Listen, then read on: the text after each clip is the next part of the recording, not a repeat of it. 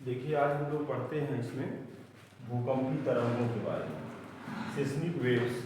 तो सभी परीक्षाओं की दृष्टि से ये जो भूकंपीय तरंगें हैं ये बहुत महत्वपूर्ण हैं।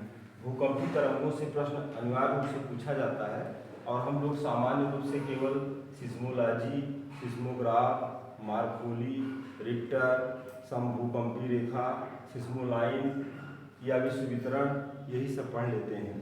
और सबसे महत्वपूर्ण चीज़ इसमें आई है भूकंपीय तरंगें, जहाँ से हमारा प्रश्न पूछा जाता है, उस बिंदु पर हम ध्यान केंद्रित कर रहे हैं।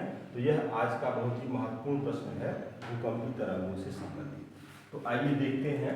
भूकंपीय तरंगों को मुख्य रूप से 3 भागों में बांटा जाता है, लेकिन विभाजन की दृष्टि से इसमें 4 भाग लिखे गए हैं। जैसे पहला लिखा गया है पी वेव, दूसरा लिखा गया है एस वेव, तीसरा लिखा गया है एल वेव और चौथा लिखा गया है सुनामी तरंग। तो अब यहाँ हम शुरू करते हैं पी तरंगों से। तो पी तरंगें जो होती हैं पी वेव्स कहते हैं, अथवा प्राथमिक तरंगे कहते हैं, अथवा लॉन्गिट्यूडिनल तरंगे कहते हैं, या अनुदैर्घ्य जिसको कहते हैं। लाइक साउंड, ये ध्वनि तरंगों के समान है। पास थ्रू कोर, ये कोर से गुजरती हैं और 40% फास्टर देन एस वेव्स। द्वितीयक तरंग से 40% इनकी गति तीव्र होती है, 40% फास्टर देन एस वेव्स। तो सर्वाधिक वेगवान होती हैं, इनकी गति 8 से 14 किलोमीटर प्रति सेकंड होती है। ये धरातल पर अर्थात एपीसेंटर अर्थात अधिकेंद्र पर सबसे पहले पहुंचती हैं और तीनों माध्यमों से ये गुजरती हैं, ठोस से भी, द्रव से भी, गैस से भी। तो ये प्रश्न जो आपका इतना पूछा जाता है, इतना आप याद रखेंगे कि सर्वाधिक वेगवान जो तरंगे हैं वो इसके अंतर्गत आ जाती है। क्योंकि अब यहाँ देखिए एक चित्र भी बनाया गया है तीनों तरंगों का नीचे। ये देखिए पी तरंगे हैं, फिर ये यस तरंगे हैं और फिर ये यल तरंगे हैं। तो पी तरंगों से इतने प्रश्न आते हैं। पहला हो गया पी वेव्स, या प्राइमरी या लॉन्गिट्यूडिनल या फिर लाइक साउंड, ध्वनि तरंगों के समान। पास थ्रू कोर, कोर से ये गुजरती हैं और 40% फास्टर देन यस वेव। द्वितीयक तरंग से 40% गति इनकी तीव्र होती है। और इनकी एक विशेषता और होती है हाई फ्रीक्वेंसी। फ्रीक्वेंसी मतलब आवृत्ति, इनकी आवृत्ति ज़्यादा होती है लेकिन लो वेव लेंथ, तरंग का जो लेंथ होता है वो छोटा होता है। अब हम आते हैं द्वितीयक तरंगों पर। द्वितीयक तरंग यहाँ लिखी गई है, या द्वितीयक तरंग या गौर तरंग। इसका नाम है S wave, or secondary wave, or transverse wave, or light, or water wave, not in core, medium frequency, medium wavelength. इतनी बातें इसमें लिखी गई है। अर्थात ये द्वितीयक तरंगे हैं या गौर तरंगे हैं। 4 से 6 किलोमीटर प्रति सेकंड इनकी गति है। और सबसे महत्वपूर्ण बात जो प्रश्न ज्यादा पूछा जाता है कि कौन सी तरंगें तरल पदार्थ से होकर नहीं गुजरती हैं, तो उसका उत्तर यस वेव्स है। प्रकाश और जल तरंगों के ये समान हैं, इसी नाते लिखा गया है लाइट आर वाटर वेव्स। और मीडियम फ्रीक्वेंसी, मीडियम वेवलेंथ यहाँ इसमें लिखा गया है। आप यहाँ देखिए तो 1 2 3 4 5 6 7 8 की आवृत्ति बढ़ रही है, फिर इसमें आवृत्ति कम हो रही है, इसमें आवृत्ति और कम होती जा रही है।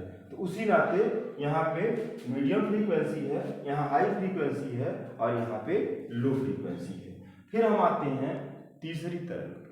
तीसरी तरंग जो है भूकंप की, उसे यल वेव कहते हैं, आर टर्शियरी वेव भी कहते हैं, आर लब वेव भी कहते हैं। जागरफन है लब, उन्हीं के नाम पे इसका नाम पड़ा है। आर सरफेस वेव, सतही तरंग भी कहते हैं, क्योंकि ये पूरे पृथ्वी के सतह पर चारों तरफ फैल जाती हैं, इसी नाते ये विनाशकारी हो जाती हैं। और आर रिले वेव्स भी कहते हैं। ओनली आर सरफेस, केवल सतह पर ही ये चलती हैं। मोस्ट डिस्ट्रक्टिव, सर्वाधिक विनाशकारी होती हैं और 2 से 3 किलोमीटर प्रति सेकंड इनकी जो होती है वो चाल होती है। तो इस तरह से ये 3 तरंगें आपकी हो गई, प्राइमरी, सेकेंडरी और यल वेव्स। चौथा जो पार्ट है वो तरंग से ही संबंधित है, इस नाते इसको भी इसमें रख दिया गया है सुनामी। आपको बताया जाता है कि सुनामी जापानी भाषा का शब्द है। जब महासागरीय क्षेत्रों में भूकंप की क्रियाएं पैदा होती हैं तो जल की ऊंची ऊंची लहरें उठती हैं जो सामान्य लहरों से कई गुना ज़्यादा होती हैं, तटवर्ती भागों पर जाके धक्का देती हैं जिससे अपार धन जन की हानि होती है। तमाम मकान, पुल इत्यादि जो होते हैं किनारों पर वो समाप्त हो जाते हैं। तो इसका अध्ययन मुख्य रूप से इसका जो सोर्स है जहाँ से पैदा होती हैं वो भूकंप में ही है। इसी नाते भूकंप में ही इसको अध्ययन किया जाता है। सुनामी जापानी भाषा का शब्द है। इन वाटर बॉडीज ये जल में चलती हैं, नॉट सिस्मिक रेदर सिस्मोजेनिक। चूँकि ये भूकंप वेताओं के अनुसार ये मुख्य तरंगों में नहीं रखी जाती हैं, लेकिन इनकी उत्पत्ति तरंगों से ही होती है। तो अगर कभी मान लीजिए परीक्षा में ये चीज़ आती है कि कौन तरंगे भूकंप की नहीं है तो सुनामी हटा दीजिएगा, लेकिन भूकंप की तरंगों से ही इनकी उत्पत्ति होती है। अब यहाँ पर एक प्रश्न है कि जो प्राथमिक तरंगें हैं वो अनुदैर्ध्य होती हैं और द्वितीयक तरंगें जो होती हैं अनुप्रस्थ होती हैं। तो इस दोनों चीज़ों में हम ध्यान आकृष्ट करेंगे कि अनुदैर्ध्य किसे कहते हैं और अनुप्रस्थ किसे कहते हैं। तो अनुदैर्ध्य का मतलब यहाँ लिखा गया है, अनुदैर्ध्य का मतलब ऊर्ध्वाधर होता है, ऊर्ध्वाधर अर्थात लंबवत होता है, और अनुप्रस्थ का मतलब क्षैतिज होता है।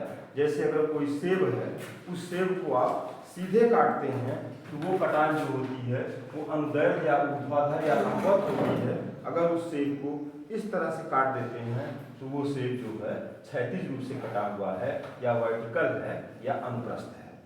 जैसे आपने देशांतर में पढ़ा है तो देशांतर रेखाएं अनुदैर्ध्य या लंबवत होती हैं और अक्षांश रेखाएं जो होती हैं पृथ्वी पर वो वर्टिकल होती हैं या क्षैतिज होती हैं। तो इस तरह से आज आपने भूकंपी तरंगों का एक अध्ययन किया है। इस भूकंपी तरंगों के अध्ययन के बाद दूसरा महत्वपूर्ण विषय इसमें होगा कि पी एस एल जब उत्पत्ति इनकी होती है तो वो केंद्र से सबसे पहले कहाँ जाती हैं, इसके बाद पृथ्वी पर कितने अंश का कोण बनाते हुए कौन सी तरंगें कहाँ तक जाती हैं, इसका अध्ययन आप दूसरे पार्ट में करें।